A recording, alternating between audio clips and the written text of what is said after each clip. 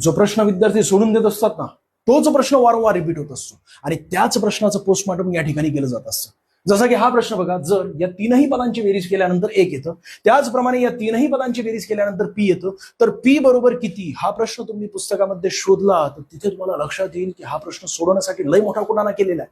आणि तसा कुटाणा जर तुम्ही केला ना परीक्षा हॉलमध्ये तर तुमचे 10 मिनिटं जातील. आणि हा प्रश्न वारंवार रिपीट होतो. आजचा व्हिडिओ लाईक नाही केला तरी चालेल, पण कमीत कमी पॉज करून नीट समजून घ्या. मी आज तुम्हाला जे समजून सांगतो 1 मार्क तुम्हाला हमखास देऊन जाईल. बघा, या पहिल्या पदाचं आणि या पहिल्या पदाचं जर आपण साम्य बघितलं तर इथं ए दिसतं, या ठिकाणी सुद्धा ए दिसते, इथे सुद्धा बी दिसते, या ठिकाणी सुद्धा बी दिसते, या ठिकाणी सी दिसते, या ठिकाणी सुद्धा सी दिसते. याचा अर्थ या पहिल्या समीकरणाचं दुसऱ्या समीकरणाचं दोघांची जर आपण बेरीज केली तर आपल्याला पी निघू शकतं. पण ते कसं, तर त्यासाठी एवढा मोठा कुटाणा करायची गरज नाहीये. डायरेक्टली पहिलं पद इथलं आणि हे पहिलं पद या दोघांना उचला, 1 अधिक 1/a अधिक a 1/a.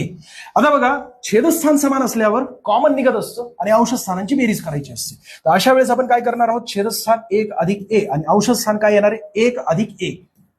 आता अंशस्थान समान आहे, छेदस्थान समान आहे, याचा अर्थ काय, उत्तर एकच येणार आहे ना. हे कट इज इक्वल टू 1. म्हणजेच काय झालं, याचं आणि या दोघांची बेरीज केल्यानंतर उत्तर 1 येते. त्याचसोबत या दोघांची जर आपण बेरीज केली तर उत्तर सुद्धा एकच येते. अधिक जसं तसं ठेवलं मी, त्याचप्रमाणे अधिक ठेवायचं आणि या दोघांची बेरीज केल्यानंतर 1 येते. ज्या वेळेस आपण या दोन्ही समीकरणातील या भागाचं बेरीज केली तर पलीकडच्या भागाची सुद्धा बेरीज करावी लागेल ना. तर इज इक्वल टू 1 अधिक पी करायचं. आता बघा, या तिघांची जर आपण बेरीज केली तर किती येते 3. इज इक्वल टू हे 1 येणार या ठिकाणी, वजा होणार पी बरोबर किती येणार 2.